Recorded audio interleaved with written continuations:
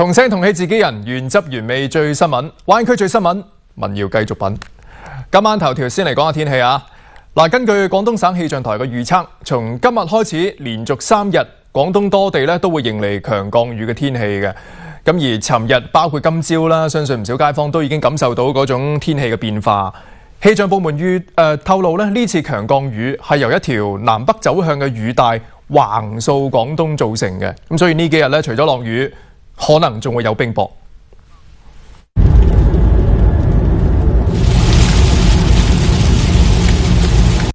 視頻記錄嘅係廣州今日中午11點左右嘅一幕。本來好光猛嘅天，竟然瞬間變成烏黑一片，好似夜晚一樣。跟住就落起咗傾盆大雨。肯定不好走啊！特別是下暴雨的時候，你看天黑的時候，肯定麻煩，看都看不到，還容易出交通事故。據廣州市氣象台消息，受強標線影響，今日9點22分前，廣州各區均發佈暴雨黃色同雷雨大風橙色預警。呢條標線凌晨喺廣西形成，向東迅速移動，時速約60公里。上晝10點50分，記者喺地鐵站發現，好多市民出門冇帶雨具，只能喺地鐵口避雨。好在有地鐵站提供便民雨衣雨傘，工作人員嗌大家排隊領取。稍等陣排條隊，我攞雨褸嚇，稍等陣。肯定好咯，方便一下嘛，這雨太大了。今朝呢場突如其來嘅暴雨，亦打斷咗喺南沙廣富考點部分學生嘅體育中考。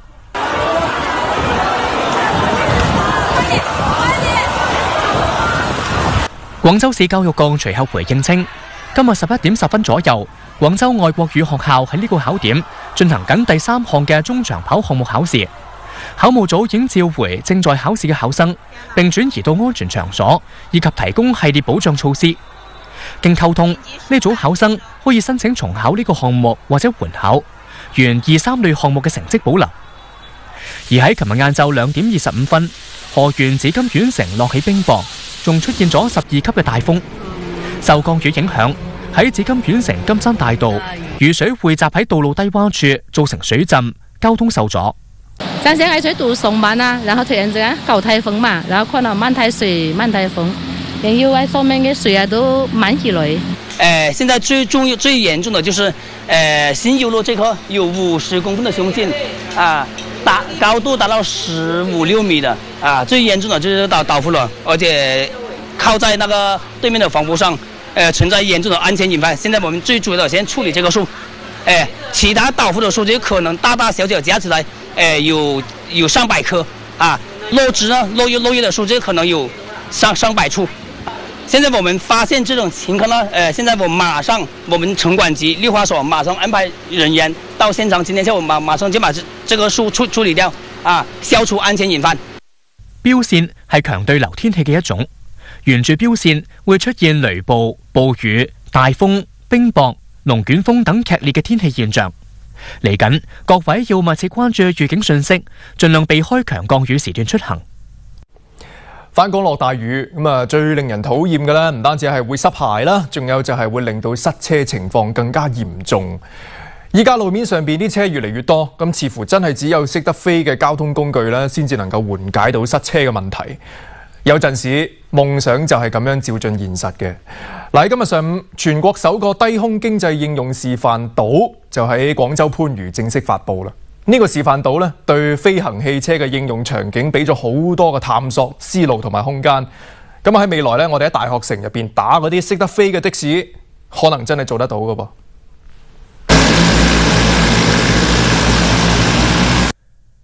充滿未來感嘅飛行汽車喺廣州大學城青創會廣場垂直起飛，沿住江邊嘅綠化帶繞行一圈後平穩降落，全程採用自動駕駛模式。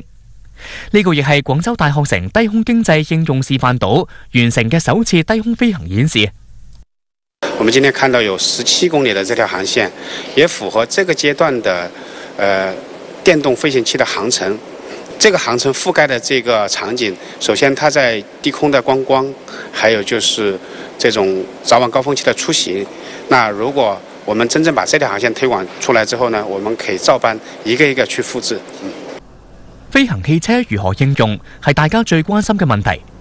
廣州番禺區同本土領軍企業聯合發布咗飛行汽車應用場景探索清單，包括城市短途出行、低空觀光旅遊、科普教育、應急救援、物流配送等多個場景。而廣州大學城就係探索低空經濟嘅一塊絕佳試驗田。項目首期呢係會規劃4個嘅飛行汽車起降點，咁分別係會位於我哋而家所在嘅呢個青創會、廣東科學中心、嶺南印象園以及呢係中心湖嘅停機坪㗎。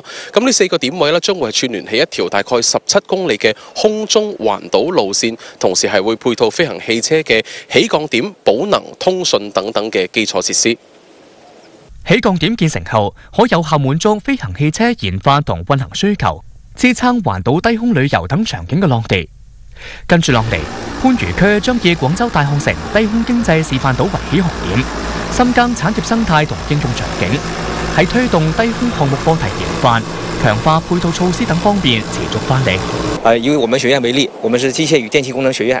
那我們學院呢，有機械力學專業有電氣專業，也有那個機器人專業。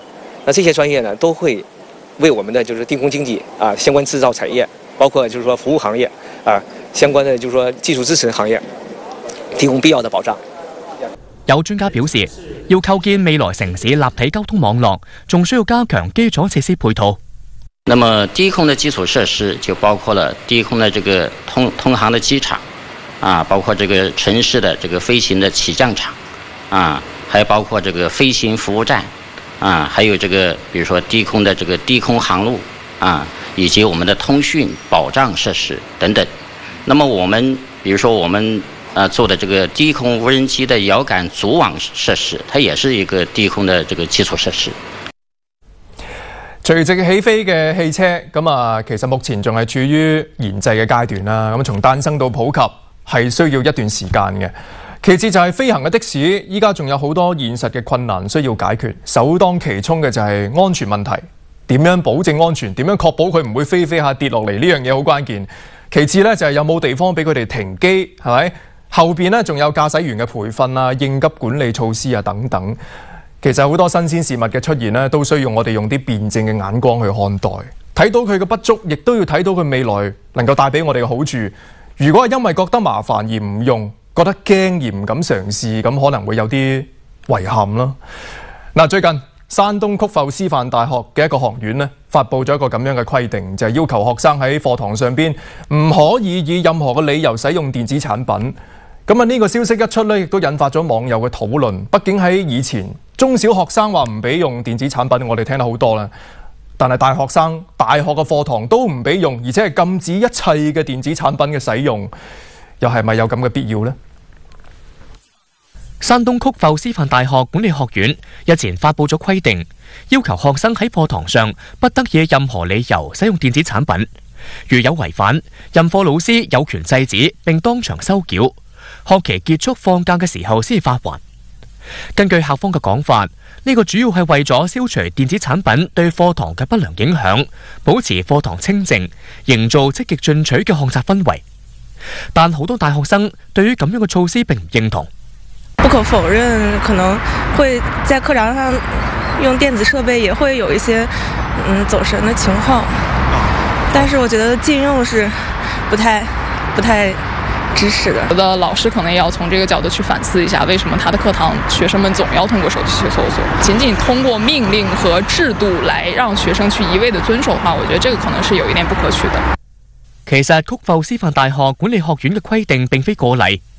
舊年年底，長沙理工大學、長春大學等多所高校為咗提高前排入座率，都要求課堂上唔可以玩手機等電子設備。但專家表示，電子產品喺課堂上嘅應用需要根據具體嘅課程要求同內容具體分析，一紙禁令未免有啲過度。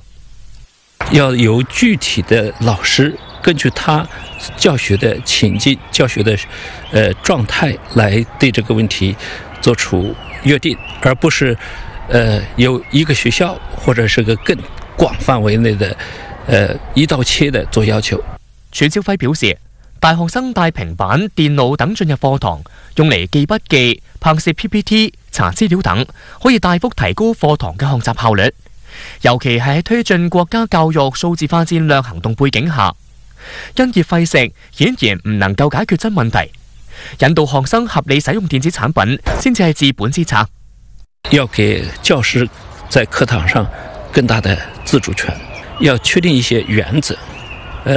就是這個原則呢，比方講，在某一堂課當中，你到底是什麼樣才算是有利？需要把這個原則敲定下來。大學生上課玩手機、玩平板電腦嘅現象，其實一直以嚟都存在。咁有高校重視呢種情況，希望能夠引導學生改正，呢個大方向呢，冇問題嘅。但係課堂紀律嘅管理都要講究方式同分寸㗎嘛。喺課堂玩電子產品係會影響聽課，係會影響學習，呢啲係佢消極嘅一面。咁但係智能電子產品依家咧已經深度參與我哋嘅生活咯，佢有好多好積極嘅作用㗎。例如老師做課件都要用 PPT 啦，學生做課堂筆記用電子產品係實好過手寫啦。一啲記唔到嘅黑板內容咧，攞手機出嚟影張相 OK 啦。唔了解嘅知識內容，上網查下即刻就可以了解。所以如果學校用一種絕對嘅命令禁止喺課堂使用電子產品呢，咁以上呢一切嘅可能都會被斬斷。係咪有咁嘅必要呢？想要學生認真聽課咧，就應該多從教學內容着手，例如增加課堂嘅趣味性，增加師生互動嘅環節等等，令到大家想聽課多過想玩手機，咁樣咪更加好。其實喺2017年呢，我哋查咗一下咧，就係呢間大學嘅教務處就喺學校嘅官網上邊咧發布咗一份加強學風建設嘅通知。上邊提到要引導老師學生合理利用互聯網技術，提高教學質量。7年時間過去啦，佢哋研究出嚟嘅合理利用互聯網技術嘅方法，難道就係唔俾喺課堂上邊用電子產品？揸車上路呢，咁啊幾時都要打醒12分精神嘅。只要係集中精神，正路嚟講，一般都唔會發生以下嘅呢種情況。最近喺廣東揭陽普寧呢，有個車主夜晚揸車嗰陣，一抽軚轉彎啫，就衝咗落個池塘入邊。咁佢係復盤咗一下件事嘅發展經過啦，就話自己咧就冇瞓着覺嘅，只不過係玩緊手機啫。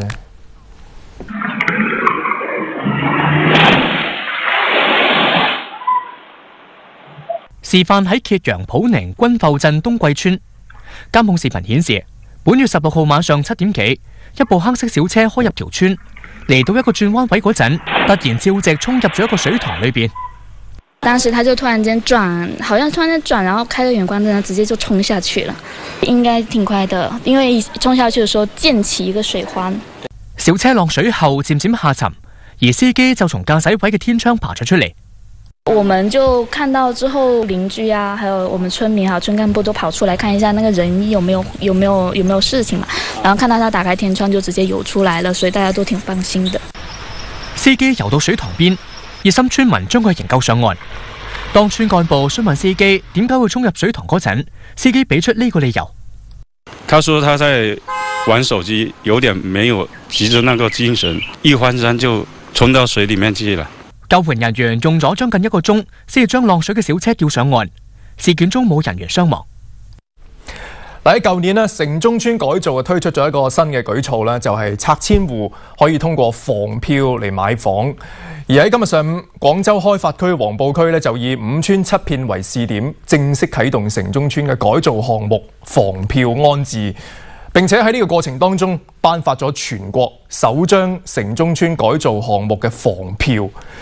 呢張房票值幾多錢？應該點樣用呢？了解下。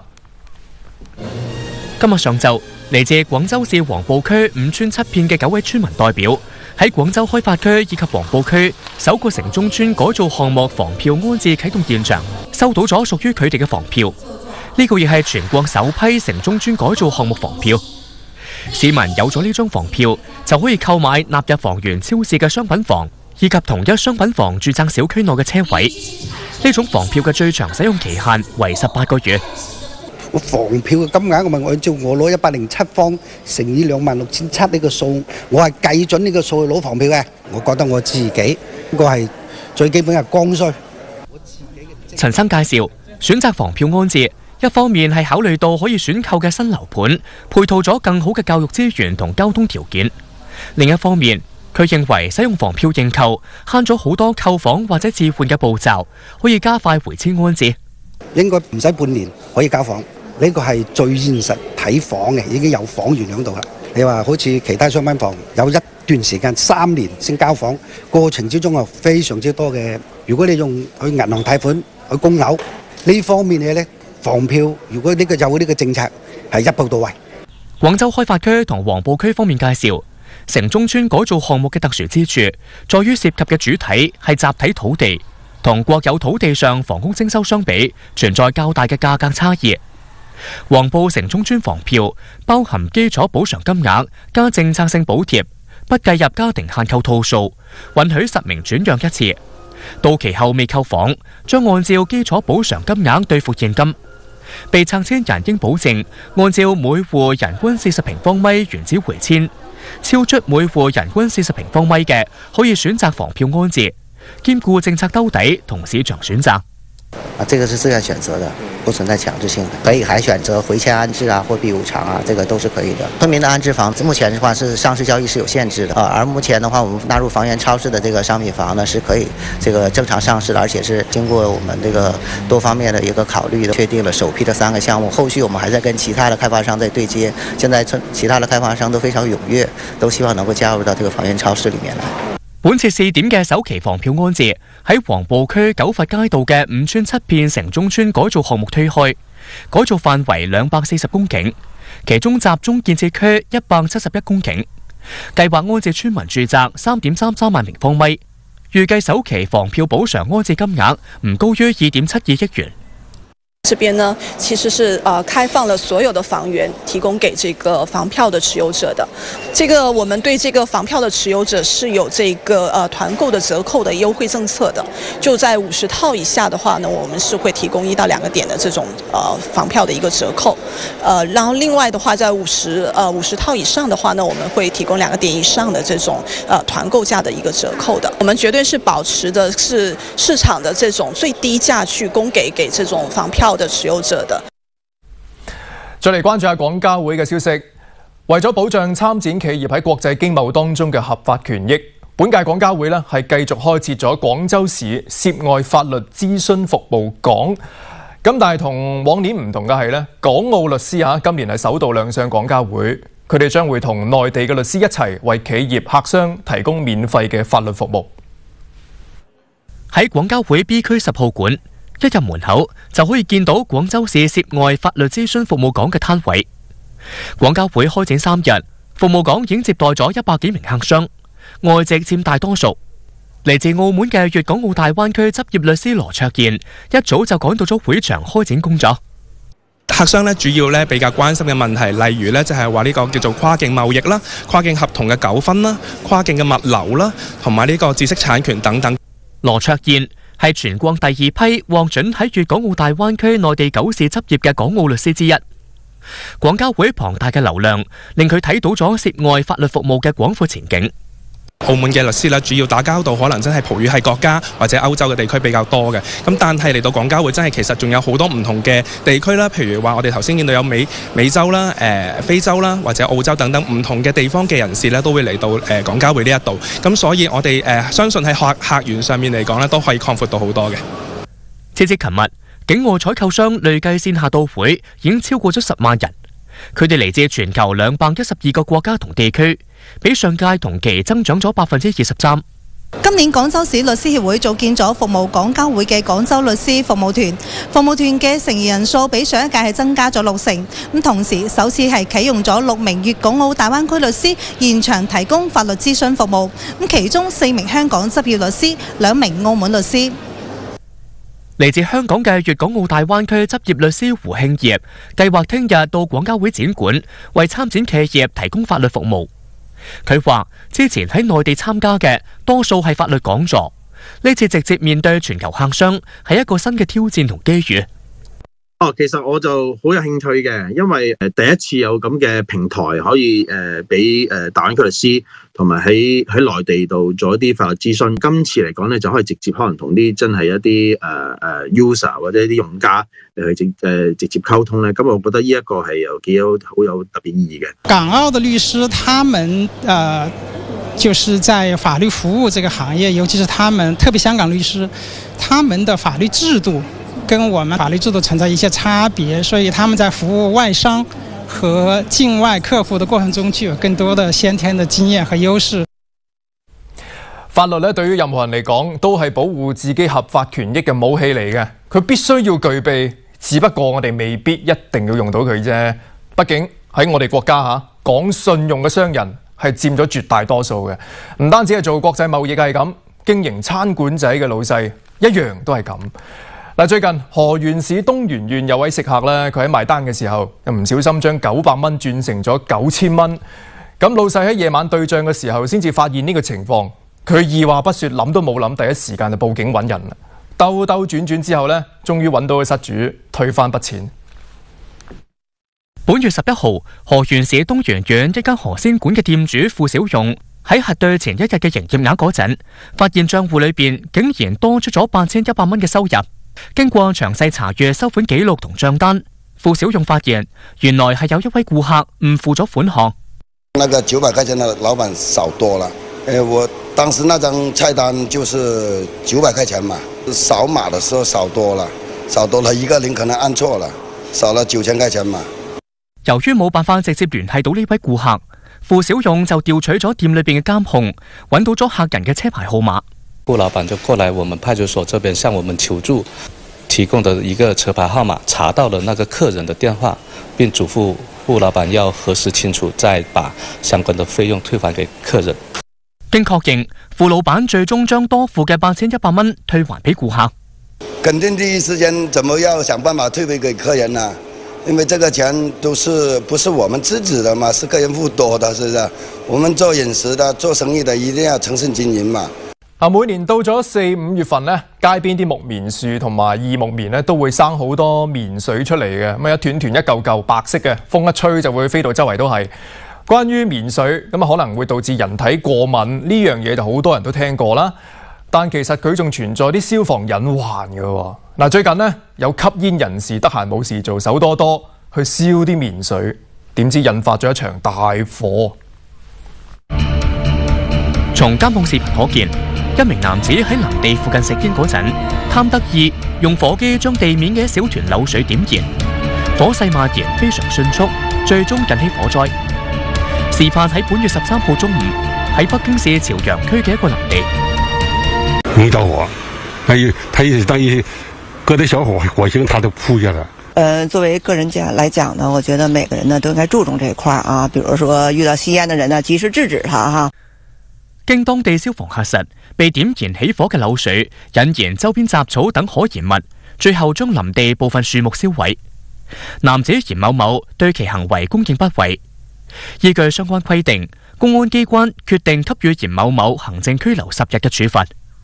現在大家戶外可見的楊柳絮，它其中富含了90%的纖維和油脂，蓬鬆透氣，遇到明火迅速燃燒，這是它的特質。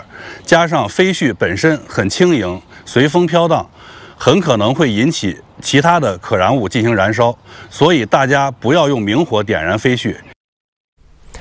着火嘅棉絮飛到周圍都係，相當於有無數嘅着火點咧喺空中飄蕩。點解我哋成日講山火咁難救呢？就係因為風一吹就會有好多新嘅火點噶嘛，道理都差唔多嘅。其實喺街邊燒棉絮，我哋真係講唔出嚟幾無聊，先至可以做啲咁幼稚嘅嘢啦，係咪？棉絮嘅出現，咁亦都代表我哋咧已經進入到夏天。廣州嘅夏天咧，好難離得開空調嘅。開空調係好爽，咁但係一啲必要嘅健康知識，亦都要掌握一下。空調咧其實係細菌繁衍嘅地方，咁如果長時間唔清洗，佢吹出嚟嘅風係會污染空氣，所以有時我哋夏天吹空調吹到感冒，未必真係喺出邊惹翻嚟嘅，話唔定就係空調太過污糟而導致。咁空調應該點樣清潔先？點樣清潔先至係最乾淨嘅呢？連日嚟，廣州最高氣溫頻頻突破30度，仲伴有降雨。天氣潮濕，好多人已經提前開空調度日啦。但放置咗幾個月冇用嘅空調，重啟後容易產生異味，好多人會選擇自己晾手落腳清潔。買一些東西回來噴就洗了嘛。有時候我也會把那個裡面的濾網拿出來去洗一下。對啊，我覺得自己洗也能洗乾淨吧，這個東東。這空調不是這種掛機，不是我自己拆就洗了呀。空調清洗市場亦迎嚟一波小高峰。有家政服務行業嘅人士透露，3月中旬開始，空調清洗嘅訂單有所增加。所以呢，我們每年都會叫專業的師傅過來清洗，他會把整個殼給拆下來，然後洗的東西很污垢，我們能看起來。但是他洗完之後呢，我們開空調，它那空氣是不一樣的。李師傅從事空調清潔近10年啦，佢話空氣中嘅灰塵、塵蟎同霉菌等，容易吸附喺空調濾網以及其他部件上。如果長時間唔清洗，喺開啟空調嘅過程中，人喺室內釋放嘅廢氣都會被空調重新食翻入去，冷卻一圈之後又排翻到室內。而空調清洗就有半拆同全拆之分，市民喺屋企自行清潔通常只係半拆，某啲死角位嘅霉菌未必殺滅到。因為有很多清洗的，它都不拆這個外殼的。不拆這個外殼的話呢，就有很多邊緣的一些縫隙啊，這些位置它是清洗不到的。我們清洗的時候呢，主要的是清洗上面的一個灰塵，我們還有一個霉菌，因為它會有冷凝水，冷凝水如果它排的時候不暢通，它就會積聚在裡面。那細菌的話呢，有合適的一個溫度跟條件之後呢，它就可以繁殖啊。這個蒸汽的模式的話呢，主要是給這些鋁瓷片還有一個風輪進行一個高溫消毒。溫度的話呢，可以去到140度的，可以瞬間的去殺滅一些細菌啊，還有霉菌。業內人士提醒市民喺選擇空調清洗服務之前，要問清收費標準，並建議每年對空調深度清洗1到2次。像現在正常的一台空調的清洗大概在80到100多左右，越便宜的價格呢，它可能上來給你只是簡單的清洗一下過濾網，簡單的沖洗一下。但是正常的空調深度的清洗要清洗乾淨的話，最少要30多到40多分鐘才能完成整一個空調的掛機的清洗。所以大家一定要注意去辨別，選擇一些比較正規的公司。下邊呢樣嘢嘅適用場景可能會比空調更加豐富，因為1年4季咧佢都能夠用得上嘅。當然夏天可能會用得多啲。嗱，依家市面上邊嘅防曬產品可以話琳琅滿目啦，唔同嘅牌子、唔同嘅數值、唔同嘅使用方法。有啲人咧中意買噴霧嘅，覺得噴霧用起身方便啊嘛。但係佢哋又比較少去考慮係咪人人都啱用噴霧。最近國家藥監局就發文提醒，就話唔建議兒童去使用防曬噴霧類嘅化妝品。尤其係年齡細同埋有過敏體質嘅兒童。市場上常見嘅防曬噴霧化妝品，一般可以分為噴霧劑型同氣霧劑型2類。以前有霧吸過一次，就有顆粒感很強，就沒有屏住呼吸嘛，所以就不太敢用了，因為它是易燃易爆氣體，帶出門的話就不方便嘛。近日，國家藥監局再次提醒，唔建議兒童使用防曬噴霧化妝品，並強調呢類化妝品應該放喺兒童接觸唔到嘅地方。記者觀察市面上嘅一啲防曬噴霧類產品，發現佢哋都會喺瓶身標注要眯埋眼，喺距離皮膚10到15厘米處使用，以及請放置喺兒童無法觸及處等提示。而有一啲兒童類防曬噴霧仲會設置防誤觸銅鎖，以免兒童好奇誤噴。確實不能夠給小孩用啊，因為你很容易就噴到他的嘴巴還有鼻子啊，讓他誤吸進去，所以就小孩子確實用防曬霜就好了，大人還是要費心一點給他擦上去，不要這樣噴。醫生表示，由於兒童各方面發育仲未完全，呼吸系統能力較弱，再加上兒童心智仲未健全，喺使用防曬噴霧化妝品嘅過程中，更容易出現不慎入鼻、入口、入眼等現象，引發健康風險。你可以看到，當我在皮膚上面使用的時候，直接大部分的氣體其實是擴散到其他空氣中的，真正到皮膚上面表面的很少。哪怕我不是對着那個兒童使用，其他兒童在旁邊一樣可以吸入到那種氣味，容易誘發那個呼吸道的炎症。過敏體質的患兒的話呢，就容易出現那些喘息啊、咳嗽這些症狀。此外，除咗吸入式危害，噴霧類化妝品仲需要避免陽光直射、遠離火源、撞擊等，否則容易引發爆燃事故。同時，醫生也提醒，如果不小心地吸入了這種大量的噴霧式的化妝品，並且造成了鼻腔痛癢、咽部不適、胸悶、喘息等症狀，要立刻地去到一些空氣流通的地方，同時要把化妝品清理乾淨，避免再次接觸。喺前兩日咧，雲南西雙版納傣族自治州迎嚟一年一度嘅潑水節。潑水節聽個名都知道點玩啦，大家就本嚟亦都幾開心嘅，但係喺呢個過程當中出咗一單意外。據說咧有一名女遊客就喺潑水節嘅現場俾人用高壓水槍直射嘅眼睛，導致佢瞬間失明睇唔到嘢。咁呢件事咧目前亦都引發咗唔少人嘅關注，大家探討嘅其中一個焦點就係喺夏天玩水點樣能夠避免危險。根據當事人黃女士發佈嘅網帖話，本月14號，佢喺西雙版納告莊景區遊玩嗰陣，被陌生男子用高壓水槍近距離噴射頭面部，被擊中後，佢本能咁揞住眼睛，等回過頭嚟已經揾唔到人啦。隨後，佢嘅眼睛瞬間失明，目前已經住院治療。這個是虹膜，中間是瞳孔，這個虹膜容易出血。還有一個視網膜、脈絡膜都容易出血。我們像高壓水槍這些一個擊傷的話，血管破裂引起的出血。如果遮擋瞳孔區的話，病人是看不到東西的。這個血通過藥物治療，有一部分也會自行吸收。據黃女士發出嘅病歷顯示，事件發生後，佢嘅左眼視力為1.0，右眼視力低至0.25。醫生初步診斷佢嘅右眼出現咗前房積血。如果說視網膜震盪，或者是說視神經損傷，這些視力影響很大，有可能會視力下降，但是下降到什麼程度就要看他當時損傷的多嚴重。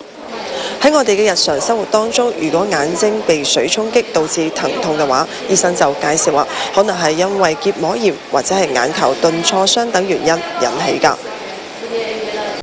醫生建議夏季嚟臨，各位戲水嘅時候，特別係玩水槍嗰陣，要盡量佩戴護目鏡。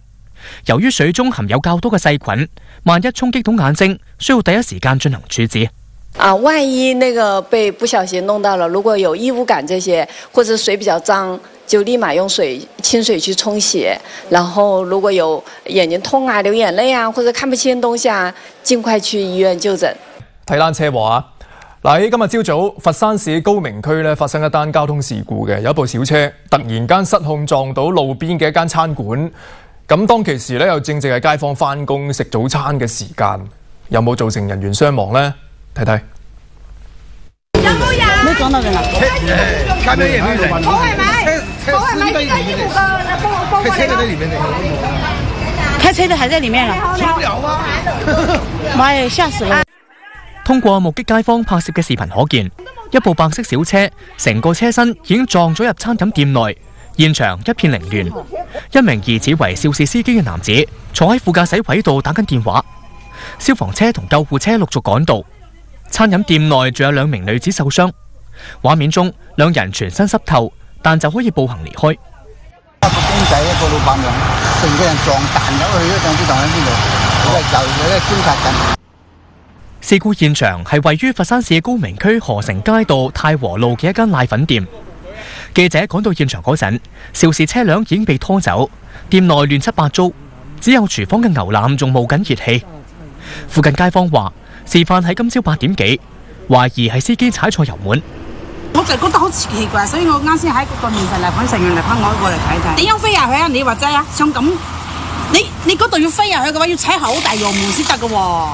通過觀察呢個事故現場，我哋見到啦，從路面到呢個店鋪係經歷3個階梯㗎，落差差唔多有40公分。咁如果部車係衝入去嘅話，可以想像當時嘅速度係非常之快㗎。而被撞呢個位置係店鋪嘅廚房，當時只有老闆娘同埋個員工喺度作業緊嘅。咁街坊就話好彩啊，我冇衝入隔離呢2個地方。呢度呢就係食早餐嘅顧客聚集比較多嘅地方㗎。記者了解到，事故中受傷嘅員工係老闆娘嘅姐姐。2姊妹均被送到高明中醫院救治。由於老闆娘嘅姐姐傷勢較重，一度需要進入重症監護室，隨後又轉到上1級醫院搶救。當時我哋2姊妹坐喺度冇做嘢，突然我都知道突然之間嘭，我唔知咩回事啦，已經大我哋有廚房咯，乜都唔知咯。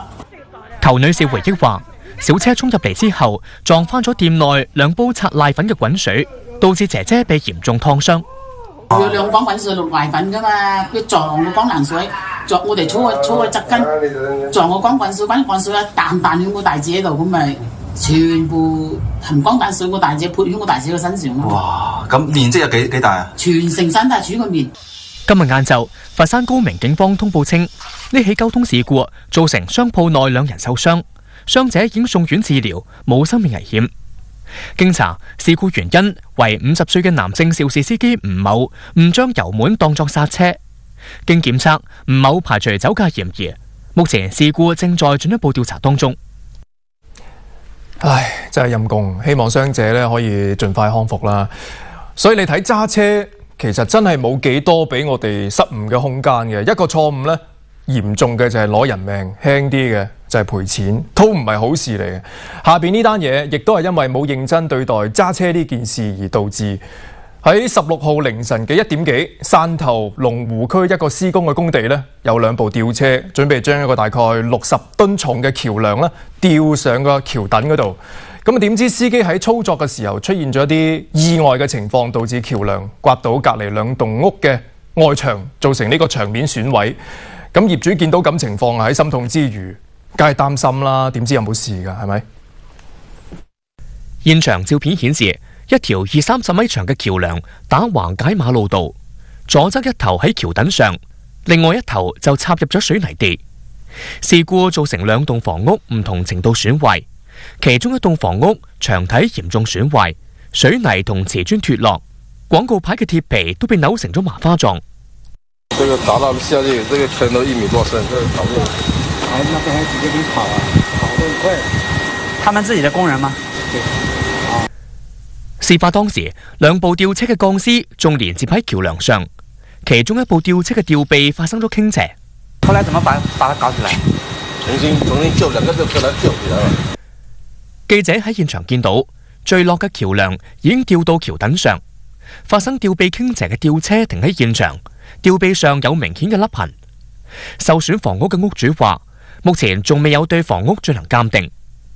所以我昨天也跟施工方說，如果確實沒有問題，我們就好說。萬一就變成了違法嘛，什麼都不搞，是不是？隨後，記者聯繫咗涉事嘅吊車公司負責人經理表示，由於吊車支腳周圍係啱徵收拆遷房屋嘅地基，相對鬆軟，吊車司機冇進行風險評估，導致意外嘅發生。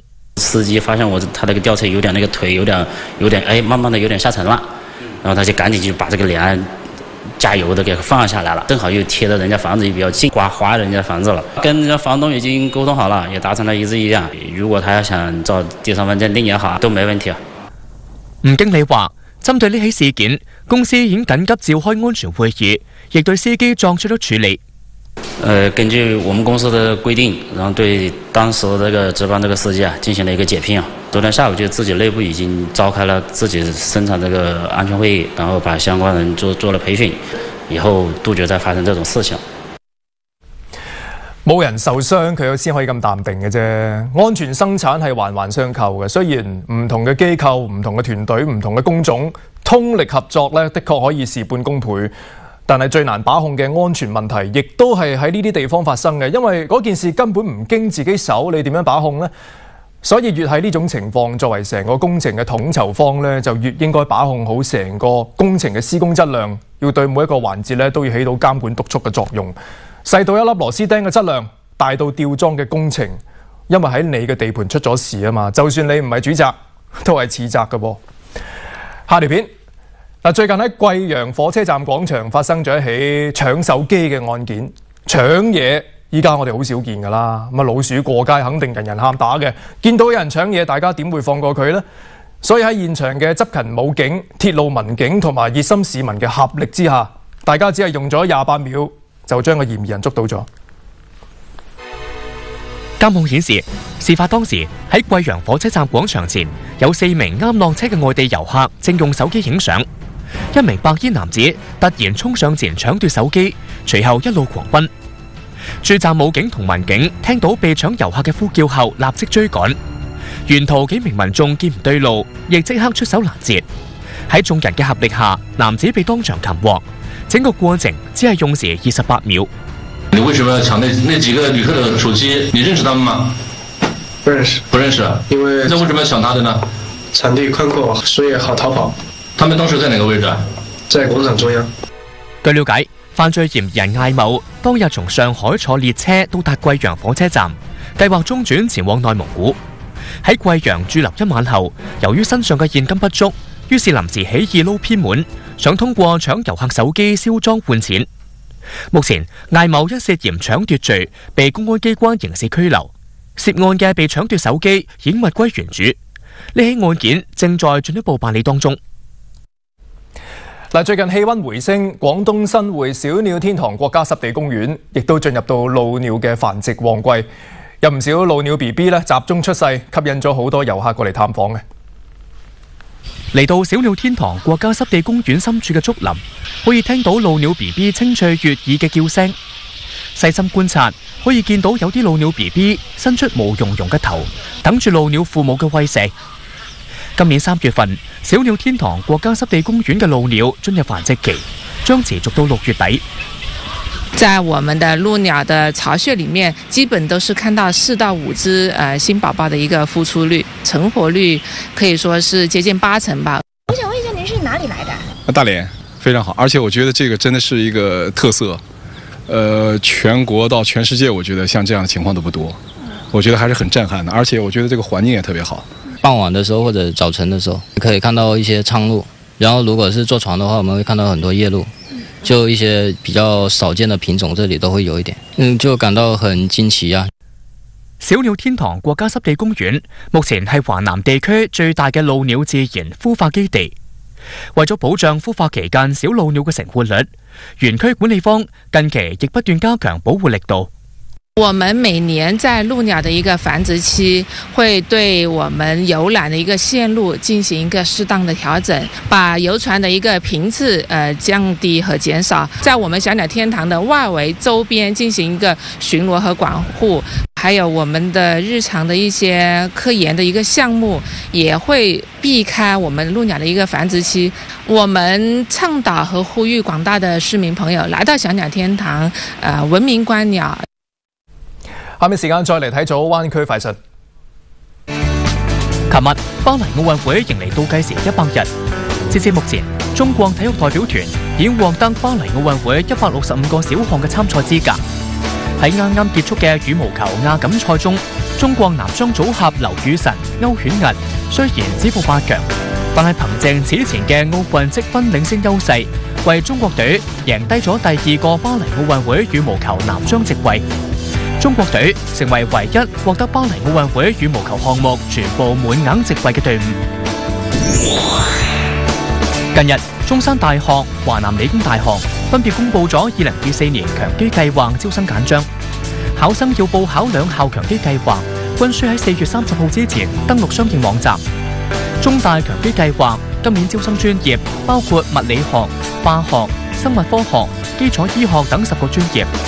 華工強基計劃招生專業包括數學類、化學類、生物技術類，而各高校嘅理工醫科強基專業嘅選考科目要必選物理同化學。廣東省田長制耕地網格劃定工作近日全面完成，構建起省、市、縣、鎮、村5級田長同網格田長5+1田長制體系。呢個亦意味住廣東省內嘅每一塊田都有咗管家。全省131個縣區經濟技術開發區，共劃定網格約8萬個，2859萬畝現狀耕地全覆蓋，設定各級田長約11萬名。節目最後呢，我哋一齊去到位於帕米爾高原嘅塔爾塔吉克族鄉，睇睇嗰度綻放嘅杏花。灣區最新聞，聽晚繼續品。